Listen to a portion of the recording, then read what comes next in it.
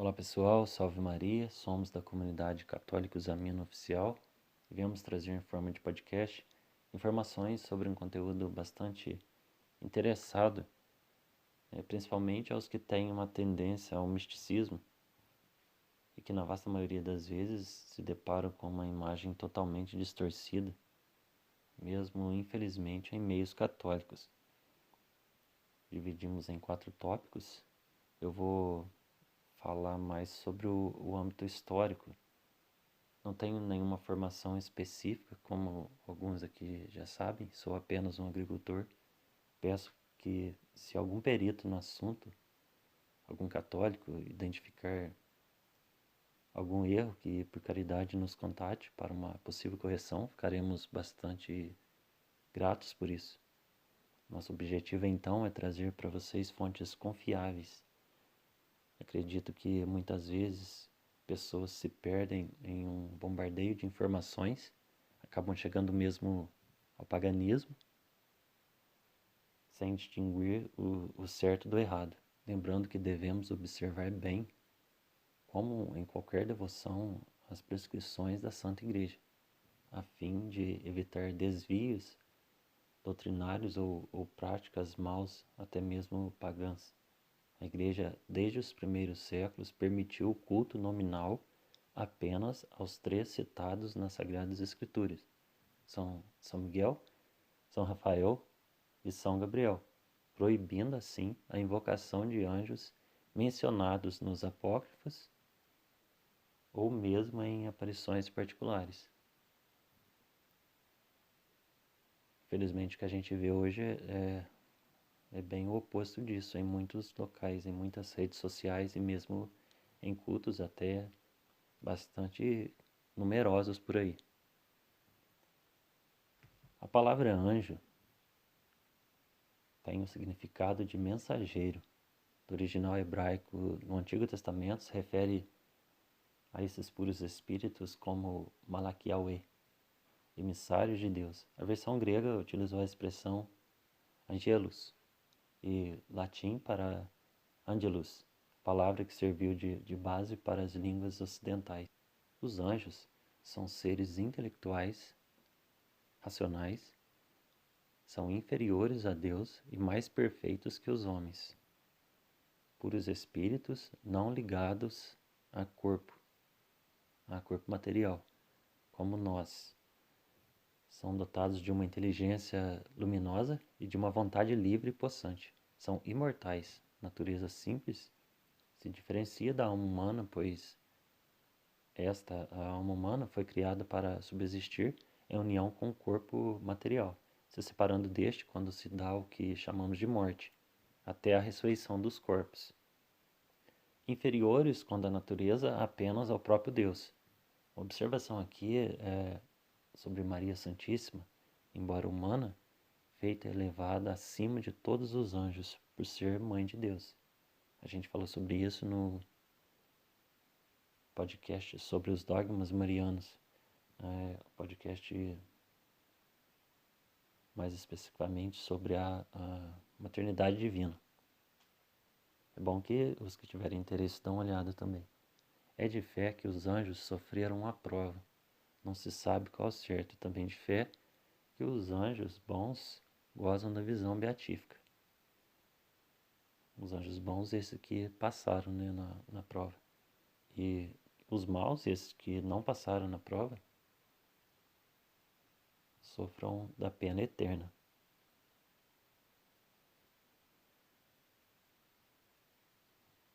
Após essa introdução, então, a gente vai iniciar com o áudio do Imério.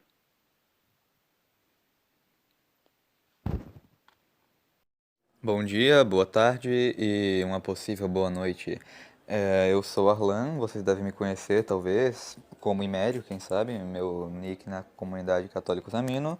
E hoje eu fui convidado para participar desse podcast sobre os anjos, sobre angiologia.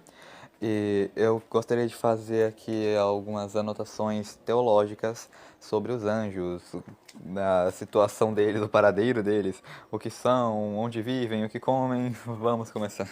Primeiramente, entendemos, isso não é muito difícil, que os anjos são as criaturas mais nobres que Deus criou. Para isso, não é preciso ir muito longe para se entender. É simplesmente ler o Catecismo Maior de São Pio X. Também são, sem dúvidas, incorpóreos, por mais que, por vezes, nas Sagradas Escrituras apareçam com corpos, por assim dizer, com corpos. Não que esses corpos estejam fundidos a eles naturalmente, por sua natureza. Não são falsos corpos, no sentido de que não apareceram, ou seja, não são ideias proféticas da cabeça das pessoas em sonhos, coisa do tipo. Não, eles são corpos reais, como também não são corpos 100% semelhantes aos nossos, 100% iguais aos nossos. Por exemplo, nós temos órgãos, nós temos veias, nós temos vísceras, sangue, nós temos um monte de coisa. Os anjos, os corpos dos anjos, não são dessa mesma maneira que nós poderíamos pensar. Também seus corpos não são, digamos assim, naturalmente unidos a eles. Eles não têm esses corpos por, entre aspas, natureza. Não aqui negando que eles podem assumir esses corpos, mas entendendo que não é normal você ver um anjo por aí assumindo a forma de um corpo, por aí vai. Eles são incorpóreos por natureza. Ou seja, por que que eles assumem corpos? Eles assumem corpos para que nós possamos identificá-los. É, claro, não seria a coisa mais prática do mundo simplesmente uma voz aparecer para você e começar a falar contigo e dizer: ah, não, sou um anjo, relaxa. É prático realmente e é bom, inclusive, que isso aconteça, não só por uma mera praticidade, mas sim também porque há nisso um mistério de Deus. Para quem gostaria de entender, talvez eu possa falar rapidamente sobre isso, do mistério que Deus coloca nas aparições angélicas. Se eu não me engano, Santo Tomás de Aquino, quem vai falar sobre esse mistério, que é a questão da encarnação de Cristo, ou seja, um ser angelical, Deus que é um ser literalmente divino, aqui tendo uma breve comparação, ou seja, em um grau muito menor um ser angelical do que um ser divino, se apresentando em uma forma corpórea ao ser humano para que ele pudesse identificar e acreditar nele livremente. Isso é né, uma óbvia referência à encarnação de Cristo. Tá aí bem explícito, ou seja, não era simplesmente porque é um motivo de praticidade se apresentar para alguém de forma corpórea, mas sim também porque havia nisso um mistério divino. Aqui entenda que eu tentei acabar juntando a analogia, tá bom? Ou seja, quando eu falo de ser divino, eu estou falando de Nosso Senhor, que se encarnou. Quando eu falo dos seres angelicais, você entende, são os anjos. Mas também é verdade que os anjos eles existem em grande quantidade. Eu arrisco dizer que é uma quantidade tão grande que o ser humano ele simplesmente não consegue entender pela sua mente tão fraca, né, pela sua mente tão debilitada, a quantidade de anjos que existem. Algumas liturgias orientais até se dispõem a mencionar a quantidade de anjos presentes na missa, na missa apenas. Ou seja, não é a quantidade completa de anjos, não são todos os anjos que existem, são os anjos que estão presentes durante a missa. Deixa eu ler aqui.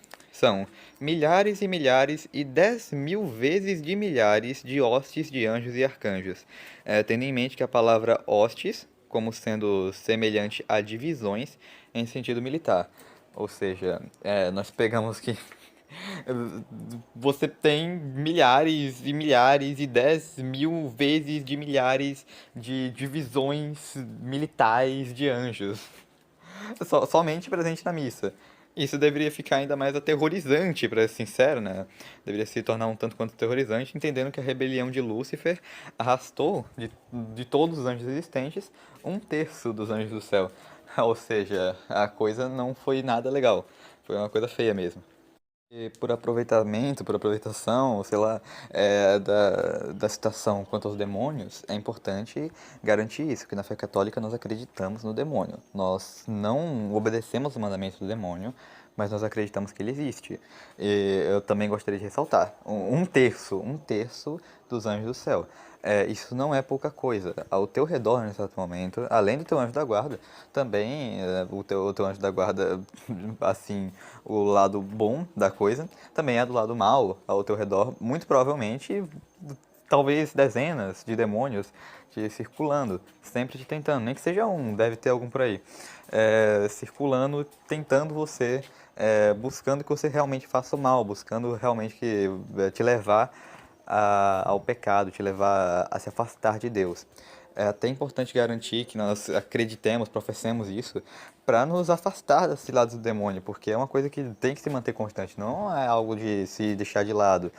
Faz muito mais mal à fé católica desacreditar da existência do demônio, achar que ele não existe, pensar que tá tudo bem, eu simplesmente se pego apenas por minha própria vontade. O demônio ele nunca me tenta. Faz muito mais mal a fé católica desacreditar na existência do demônio do que realmente desacreditar, do que realmente acreditar na sua existência. Acreditar na existência dele faz bem, acreditar que ele existe e que nós temos que nos voltar contra ele. Isso não é uma questão nem de ficar louco, fanático, toda hora pensando, eita, o capeta tá me olhando, ele tá me perseguindo, isso, aquilo. Eu vou chamar 30 exorcistas diferentes, um para cada demônio. Como também não é uma questão de tentar colocar toda a culpa no demônio. Porque o que o demônio pode fazer? O demônio ele pode te tentar fazer o mal, ele pode te incitar a pecar. Mas o pecado, quem é que comete? É você. Você tem que entender que ele existe porque as tentações, muitas vezes, vêm por raiz demoníaca. É, acontece. Pode ser que também venha por raiz de alguma pessoa que talvez esteja inspirada pelo demônio, mas muitas vezes é por raiz demoníaca que as tentações vêm e você acaba por não conseguir largá-las. O demônio ele está a atormentar as pessoas, ele está a esperar o melhor momento para conseguir fazê-las acreditar no mal, até se disfarçando de bem, se disfarçando de justiça, se disfarçando de luz. Você muito provavelmente já pode ter acontecido de alguma coisa boa na sua vida ter acontecido, alguma experiência de fé, você achar que isso vem de Deus, é alguma coisa realmente de Deus, mas no fundo, isso é artimanha do demônio para tentar impedir você de viver a fé de alguma forma. Por exemplo, algum pensamento que você achou, nossa, isso daqui é de Deus, um sonho onde eu era santo e um montão de coisa, mas na verdade isso é coisa do demônio para te fazer ficar orgulhoso. É um exemplo. Ou seja, nós temos que manter em mente, o demônio, ele quer realmente usar de todos os artifícios que parecem mais bonitos para nos fazer ir ao mal, para nos fazer se juntar a ele, se afastar de Deus. É o que ele quer. Mas claro, o demônio ele não tem tanto poder assim, ele não quer dizer, não tem tanto poder no sentido de que ele não exerce, ou seja, o que ele pode fazer? Ele pode tentar, ele pode colocar um sonho, ele pode te incitar ao pecado, ele pode tentar fazer alguma falsa revelação na sua vida para te fazer pensar que agora você tá bem, determinada coisa boa aconteceu, quando na verdade há um fundo de maldade nisso. Porém, todo o poder que os demônios têm, eles não utilizam todo o poder que eles têm. Eles só fazem até aquilo que Deus permite. Se você se pergunta por que Deus permitiria, por exemplo, que o demônio tentasse alguém, é para ver, obviamente, a capacidade dessa pessoa de amar a Deus. Porque no céu você vai entrar purificado, você vai entrar purificado, nem que seja pelo fogo dessa vida ou pelo fogo do purgatório. E torçamos para que não seja pelo fogo do purgatório também. Apesar de que, né, também passar pelo fogo dessa vida não é a melhor coisa do mundo. E as tentações servem para que nós vençamos elas. Nós deveríamos vencer as tentações. Infelizmente, a maior parte das pessoas acaba se deixando levar pelas artimanhas do demônio e deixa com que ele ganhe a sua alma cada vez mais. A sua alma cada vez mais pertence ao demônio. E você vai cada vez mais se afastando de Deus, justamente pela sua incapacidade de resistir às tentações. Então, isso prova uma debilidade no seu amor. Você às vezes não ama tanto quanto poderia, ou tanto quanto deveria, óbvio. Nenhum de nós ama, não é uma questão aqui para ficar escrupuloso. Porém, é aquilo. Nós devemos amar sempre a Deus, nós devemos resistir às tentações que o demônio coloca em nossa vida. Não devemos nos aproximar dele, de forma alguma.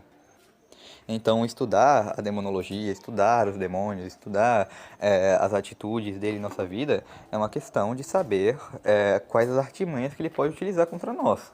Então, fiquem sempre atentos quanto a isso. Às vezes, uma revelação privada que você possa ter tido pode não ter vindo de um anjo, pode não ter vindo dos céus, pode ter vindo do inferno, pode ter vindo do lado mais obscuro. Então, mantenha isso em mente, fique ligado. Já que estamos falando sobre sobre demônios, já citamos a rebelião dos céus e tudo mais. Vamos aproveitar, por que não, e falar sobre as divisões angelicais, por assim dizer, a hierarquia angélica. É, bem, pode-se dividir a hierarquia em 9 coros, a hierarquia angelical em 9 coros. Do maior para o menor são serafins, querubins, tronos, dominações, potestades, virtudes, principados, arcanjos e, por fim, os anjos. Vou tentar me abreviar, eu pretendo não, digamos assim, não me aprofundar em cada um dos coros angelicais, eu não quero passar muito de 15 minutos. Porém, mesmo assim, vamos falar ao menos sobre os anjos da guarda, que tal? Seria um bom começo, assim, para se entender a hierarquia. Vai que alguém que está assistindo isso acaba por se interessar e vai estudar por si só. Bem, os anjos da guarda, eles são anjos que Deus nos dá para nos proteger, para nos guiar em nossa caminhada até alcançarmos o céu. É um prêmio muito grande para uma pessoa, por exemplo, que ela possa estar ao nível de um anjo quando chegar ao céu. Inclusive, sim, nós seremos como anjos, é a palavra de Nosso Senhor. Sereis como anjos. Então, o anjo da guarda ele tem essa importantíssima missão de nos guiar até a vida eterna. Teu anjo da guarda tá aí nesse exato momento. Tu pode fazer uma oração para ele agora, pausa o podcast, pode fazer uma oração, nem que seja um santo anjo, alguma coisa, porque ele tá te vendo aqui ouvir nesse exato momento, às vezes até te beliscando, dizendo que tu tá ouvindo o podcast na hora errada, vai rezar o ângelo, vai saber. E essa missão é uma missão realmente forte deles. E temos que entender, pela quantidade de anjos existentes, vocês já devem ter percebido que não faria muito sentido duas pessoas terem o mesmo anjo da guarda. Então, antes que vocês perguntem se o seu anjo da guarda pertenceu, sei lá, a Nietzsche, Maquiavel, vai que Tertuliano, Diocleciano. Lamento, amigo. Teu anjo da guarda é seu e qualquer outra pessoa vai ter o dele. Não tem essa de ter o mesmo anjo da guarda, não. A guarda compartilhada não existe aqui. Bem, também as pessoas que elas exercem algum tipo de cargo eclesial na igreja, elas podem ter anjos mais elevados hierarquicamente. Como isso ocorre exatamente, eu não sei responder. Eu não sei se, por exemplo, Deus, pela sua infinita sapiência, ele já dá um anjo, por exemplo, um arcanjo para uma pessoa que ele sabe que vai se tornar um sacerdote, ou se simplesmente troca de anjo no meio da vida. Foi ordenado, agora o anjo vai embora e vem outro. Isso não me convém saber exatamente no momento. Eu não sei se há alguma explicação teológica quanto a isso, ou se eu só vou descobrir no céu. Se a gente só for descobrir no céu, de uma forma ou de outra, lá a gente pergunta. Instituições importantes, elas podem ter anjos da guarda também. Exemplo, a tua cidade. A tua cidade é uma instituição importante, vai dizer que não. Então, tua cidade tem um anjo da guarda. Você pode rezar para ele, na verdade você deveria, ninguém deve rezar para o anjo da guarda da sua cidade, já deve fazer meses, outros talvez anos, por ninguém saber que ele existe, tadinho. Instituições religiosas, a mesma coisa. Creio eu, talvez conventos, quem sabe, não é mesmo? Conventos podem ter seu próprio anjo da guarda, coisa do tipo. Tem anjo para tudo quanto é lado, então mantenha em mente. A quantidade de demônios pode ser grande, mas a quantidade de anjos, anjos que estão do lado de Deus, é extremamente, avassaladoramente maior. Podem ficar tranquilos, mantenham suas consciências calmas e, obviamente, respeitem os seus anjos, mantenham a devoção particular pelo seu anjo da guarda e não queiram fazer companhia aos demônios no inferno. Bem, eu acho que eu já poderia me despedir por aqui, afinal não tenho mais muita coisa para continuar falando. Antes de eu entrar em alguns temas mais perigosos e que eu poderia acabar me prolongando muito. Então, como eu acabei tendo que fazer um papel muito resumido, não é algo que eu tenha muita especialidade, especificamente a questão dos anjos, eu gostaria pelo menos de dar algumas recomendações. Algumas coisas que eu falei aqui vocês podem encontrar no Catecismo Maior de São Pio X. Outras vocês podem, caso vocês queiram estudar sobre o assunto, algumas coisas até do que eu falei vocês também podem encontrar base lá, na Suma Teológica. O Santo Tomás de Aquino ele tem um tratado inteiro sobre os anjos. Não recomendo para quem não tiver muito estudo sobre filosofia, teologia, para não acabar cometendo algum deslize em estudar o que não deveria. temos que sempre tomar cuidado com os estudos.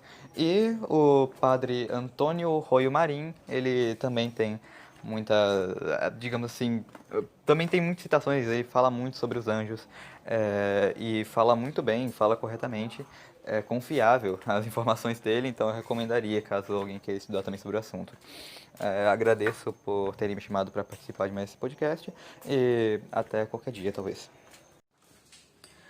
Olá, salve Maria, meu nome é Ivonete. Peço aos nossos santos anjos que nos ajudem neste podcast.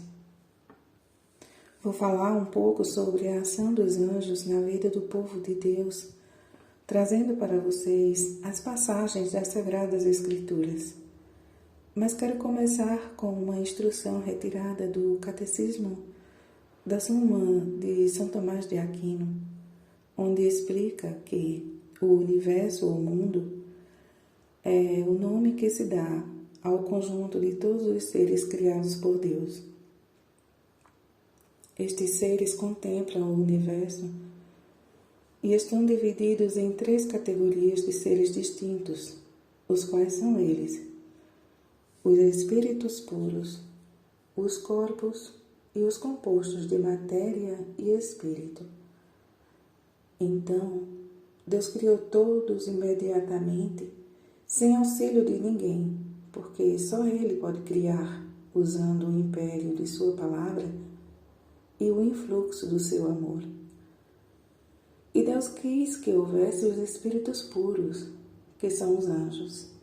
São eles o digno remate, a coroa da obra de suas mãos. Isto quer dizer que são a porção mais formosa, mais nobre e perfeita do universo. Esta categoria de espírito quer dizer que são substâncias completas, que não há união com a matéria, nem tem relação com ela. São seres que excedem toda a natureza criada, em número indeterminado.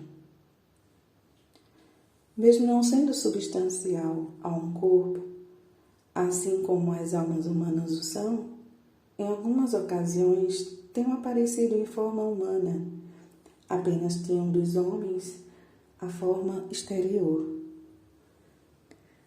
Na palavra de Deus, Jesus fala sobre a existência dos anjos, como lemos em Mateus, capítulo 18, versículo 10. Contemplam constantemente a face do meu Pai que está nos céus. E no Salmo, capítulo 103, versículo 20. Bendizei o Senhor, vós seus anjos, heróis fortes, que executais suas ordens, obedecendo sua palavra. Percebemos que os anjos são mensageiros de Deus e seus fiéis servidores. Eles são enviados por Deus e muitas vezes assumem a forma de belíssimos homens, sem perder, como já disse, a sua pureza. A Sagrada Escritura nos revela o nome de 3 anjos: o grande guerreiro Miguel, que significa quem é como Deus, o anjo do anúncio, emissário do Senhor, o Gabriel, e Rafael, que significa Deus cura. Além de adorar e bendizer o Senhor, nosso Deus, os anjos acompanham o povo desde a criação da humanidade. E podemos ver isso tanto na vida individual como na caminhada do povo de Deus ao longo de histórias relatadas na Bíblia Sagrada.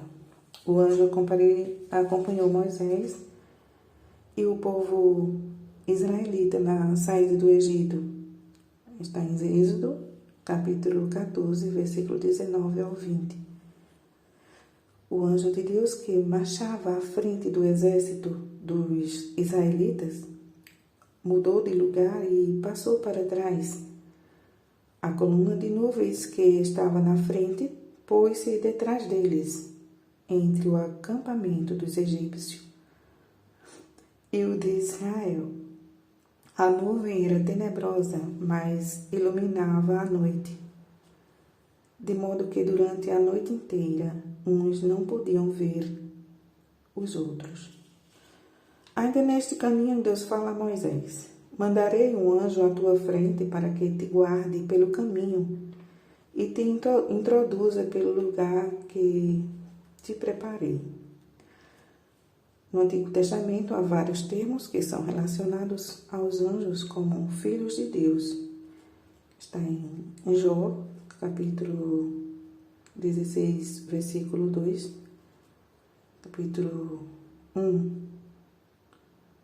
38, 7, Salmo 29, capítulo 29 e versículo 1.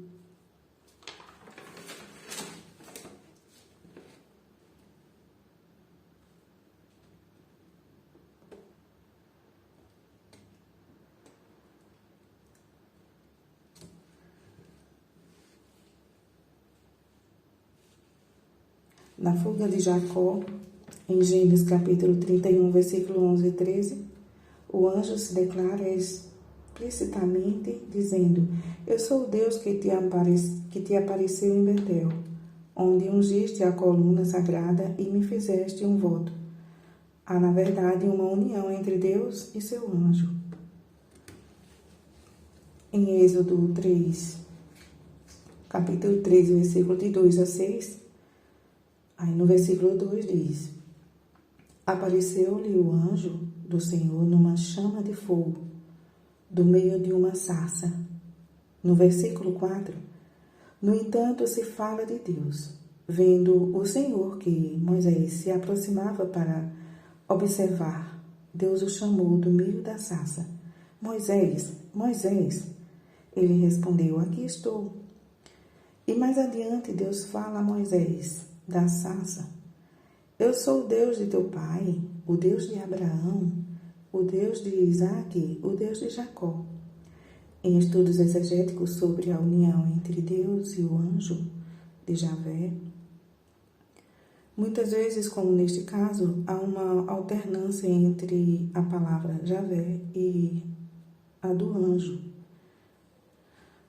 Há várias teorias que querem explicar esta proximidade entre eles, bem como não cabe nesta apresentação um estudo sobre este assunto teórico. Fiquemos, pois, com o conceito de união mística dos santos, em especial São João da Cruz, que diz: pela graça divina, o homem se torna Deus por participação. A união do anjo com Deus, por já gozar da vida, da visão beatífica, é ainda muito mais profunda. Deus envia anjos para anunciar que ouviu as súplicas. Em Gênesis capítulo 16, versículo 11 a 13, quando Agar foge de Sarai, o anjo lhe aparece e manda que ela volte e se humilhe diante de Sara. E diz: estás grávida e vais dar à luz um filho. Dar-lhes-ás o nome de Ismael, porque o Senhor te ouviu na tua aflição. Noutra passagem, em Gênesis capítulo 18, versículo 2, quando Abraão encontra-se sentado à entrada da sua tenda, quando lhe apareceu 3 anjos, então Abraão corre e pede a Sara que lhes prepare comida e leva para eles. Então anunciam que voltarão após 1 ano, e nesse tempo Sara terá um filho. Ela riu, porque, desacreditando, pois já era velha, eles 2 eram velhos, para ter filhos. Em Gênesis capítulo 18, versículo 9 seguintes, aí diz o seguinte: Sara dá à luz o menino, que se chama Isaque, e dele nasceria uma grande nação. Agar, a escrava de Sara, outra vez é expulsa, mas o anjo assegura a Abraão que o menino Ismael seu filho ficará bem. O anjo diz: Não te preocupes com o menino e com a tua escrava. Faze tudo o que Sara te pedir, pois é de Isaque que nascerá a posteridade que terá o teu nome. Mas do filho da escrava também farei um grande povo por ser da tua raça. Em Gênesis capítulo 21, versículo de 12 a 13.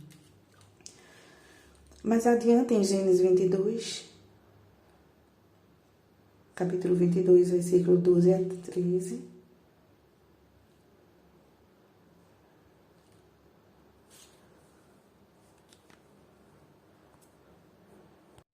Mais adiante podemos ver quando Agar vai embora, né, com o menino.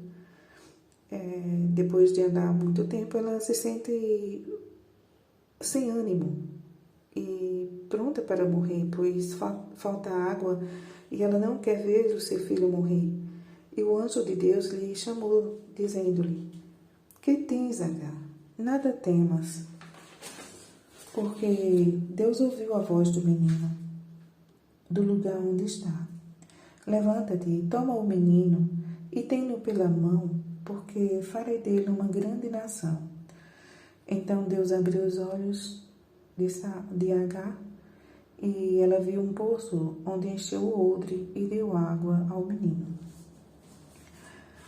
Vemos nesta outra passagem a obediência de Abraão para com Deus quando oferece seu único filho em sacrifício. Quando está pronto a consumar o ato de imolar o filho, Isaque, o anjo do Senhor, porém, gritou-lhe do céu: Abraão, Abraão. Então Abraão diz: Eis-me aqui. E o anjo fala: Não estendas a tua mão contra o menino e não faças nada. Agora eu sei que temes a Deus, pois não me recusaste teu próprio filho, teu filho único. Esta passagem está em Gênesis capítulo 22, versículo 11.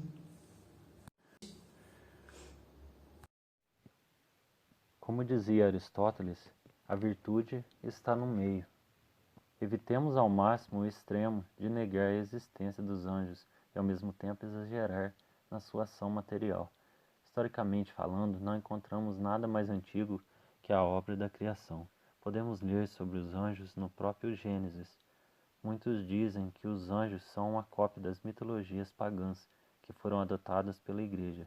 Ora, nós como católicos sabemos perfeitamente que após a queda dos homens, com o pecado e o crescimento desses pecados, Deus enviou o dilúvio sobre a terra. Toda a raça humana se resumiu à família de Noé. Os gregos, egípcios, etc., são da descendência de Noé.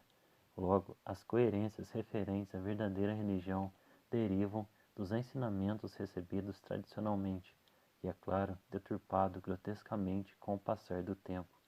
Na época da monarquia israelita, 950 a.C., época de Salomão, os israelitas comparavam a hierarquia monárquica com a hierarquia dos anjos.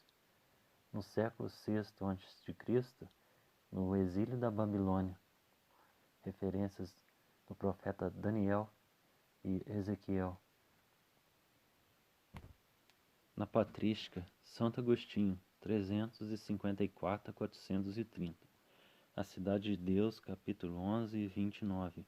Os santos anjos não alcançam conhecimento de Deus mediante palavras soantes, mas pela própria presença da verdade imutável, isto é, do Verbo unigênito. Comentário aos Salmos. A palavra anjo é designação de um encargo, não de natureza. Se perguntares pela designação da natureza, a resposta será: é um espírito. Se perguntares pelo enviado, é um anjo. É espírito pelo aquilo que ele é, e é anjo por aquilo que faz. São João Crisóstomos, 347 e 407. Arcebispo de Constantinopla. Homilia sobre os serafins. Na capital celeste, Jerusalém, nossa mãe comum, os serafins, querubins e muitos milhares de arcanjos e inumeráveis anjos. São Gregório Magno, 540-604. no livro Morai. Os anjos são incomparavelmente mais íntimos de Deus que os homens. São espíritos e somente espíritos, enquanto o homem é espírito e carne. São João Damasceno, 675-749, em sua obra Exposição da Fé Ortodoxa. Por serem espíritos, os anjos, não fisicamente circunscritos de fato, eles não possuem corpo, nem têm 3 dimensões, mas estão presentes e operam espiritualmente para onde quer que vão. Por outro lado, não pode atuar simultaneamente em 2 lugares diferentes, eficientes e solícitos no cumprimento da vontade de Deus, são tão velozes do ponto de comparecer instantaneamente onde a vontade de Deus os chama. Alguns defendem as diversas partes do mundo, preside as nações e regiões conforme a ordem do Sumo Criador. Governam as nossas coisas e prestam-nos ajuda. No Magistério, Concílio de Nicéia I, 325, Credo Niceno, Criador das coisas visíveis e invisíveis. Entende-se por coisas invisíveis os seres espirituais, inclusive os anjos. O Papa Pio XII, na encíclica Humanis Generis, 1950, censura a preposição daqueles que acreditavam que os anjos poderiam ser criaturas pessoais. Eles são espirituais. Santo Tomás de Aquino, excepcional em todos os assuntos, mas nesse principalmente, a ponto de receber o título de doutor angélico. Alguns padres dizem que, devido ao seu autoconhecimento, ele atuava como se fosse um deles. Na Suma Teológica, existe uma parte que diz assim: conforme a razão da divina providência, isso se encontra em todas as coisas, a saber, que as coisas móveis e variáveis são movidas e regidas pelas imóveis e invariáveis. Assim, todos os seres corporais o são pelas substâncias espirituais imóveis, e os corpos inferiores pelos superiores substancialmente invariáveis. Nós mesmos nos regulamos por princípios que julgamos invariáveis a respeito de conclusões nas quais podemos opinar diversamente. Quando se trata do agir, é claro que o conhecimento e o sentimento do homem podem variar de muitos meios e assim se afastar do bem. Daí a necessidade de se delegarem anjos para a guarda dos homens, para dirigi-los e movê-los ao bem. Existe uma discussão sobre os anjos da guarda com relação ao momento que recebemos esse privilégio. Alguns acreditam que recebemos no batismo, outros nos referem ao momento do nascimento, sendo a criança assistida pelo anjo da mãe. O fato dogmático é que todos temos, pela misericórdia divina, um anjo da guarda. Esses anjos, não só para humanos, mas também as cidades e mesmo a natureza. Sobre a oração que conhecemos do anjo da guarda, acredita-se que foi composta por Santo Anselmo, um monge beneditino do século XI. Outros dizem que fora composta por Reginaldo da Cantuária, outro monge beneditino também do século XI. Mas existe uma variação entre as duas orações. A que conhecemos é a versão atribuída a Santo Anselmo, também de Cantuária. Os mais antigos teólogos e padres da Igreja acautelavam os fiéis contra um exagerado culto aos anjos, desejando evitar que recaísse no culto dos gênios do paganismo. Todavia, não recusavam uma legítima veneração aos anjos. Em Constantinopla, no século IV, haviam 15 igrejas dedicadas a São Miguel Arcanjo. Nos tempos de São Gregório Magno, o culto dos anjos, especialmente a São Miguel, tinha seu centro no Monte Gargano, na Itália. E no século VIII, teve origem outro centro de culto no Monte São Miguel, na França. No século IX, havia em Roma 7 oratórios dedicados a São Miguel. Temos também na regra de São Bento, 480, 547, no capítulo 19. O ofício divino é celebrado na presença dos anjos. Essa concepção faz eco a Apocalipse 8:3. Os anjos apresentam ao Senhor Deus as orações dos homens. Na Idade Média, a devoção aos anjos tomou grande impulso por obra de São Bernard de Claraval. Esse santo mesmo propôs uma fórmula que ilustra a atitude dos fiéis referente aos anjos, a fórmula que ficou clássica na liturgia da Igreja. No século XV, Lutero e Calvino rejeitaram o culto aos anjos, assim como aos santos, porque para eles era idolatria. Os jesuítas fortaleceram sua estima, e Santo Inácio de Loyola, que recomendava que nós imitássemos sua pureza. Os jesuítas publicaram vários tratados de devoção aos anjos. Em Constantinopla celebrava-se o ofício dos incorpóreos no dia 8 de novembro e 11 de janeiro. No Ocidente, prestava-se homenagem a todos os anjos no ofício da dedicação da Igreja de São Miguel, aos 29 de setembro. O Papa Paulo V, em 1608, instituiu a festa dos Anjos da Guarda para a Áustria, e o Papa Clemente X estendeu a festa para toda a Igreja, assinalando para o dia 2 de outubro. Deixei para falar por último de São Dionísio Areopagita, do século I. São Dionísio escreveu vários trabalhos importantes para a Igreja. Dizem que até mesmo Santo Tomás se inspirou fortemente nos seus escritos. Dentre eles, existe um sobre a hierarquia celeste. Eu peguei duas citações. Só podemos conhecer os anjos segundo nossa própria realidade.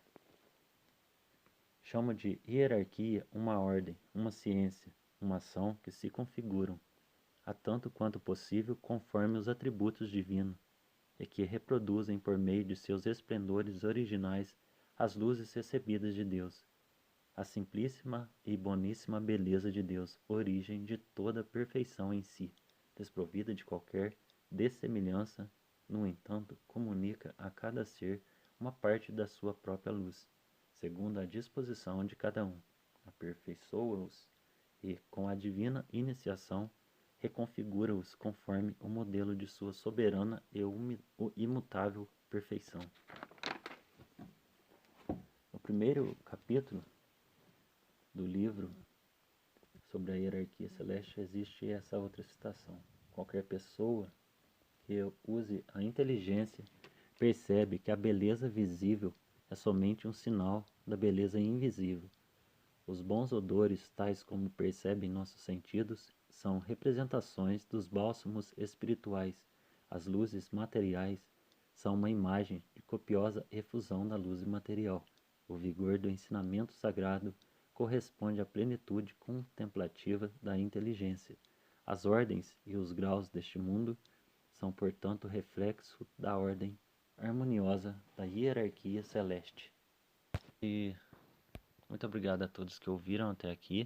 Pedimos que, se esse podcast ajudou em alguma coisa, que compartilhem para que alcancem mais pessoas. Segundo nossas limitações, acredito que trouxemos o que encontramos de melhor. Salve Maria!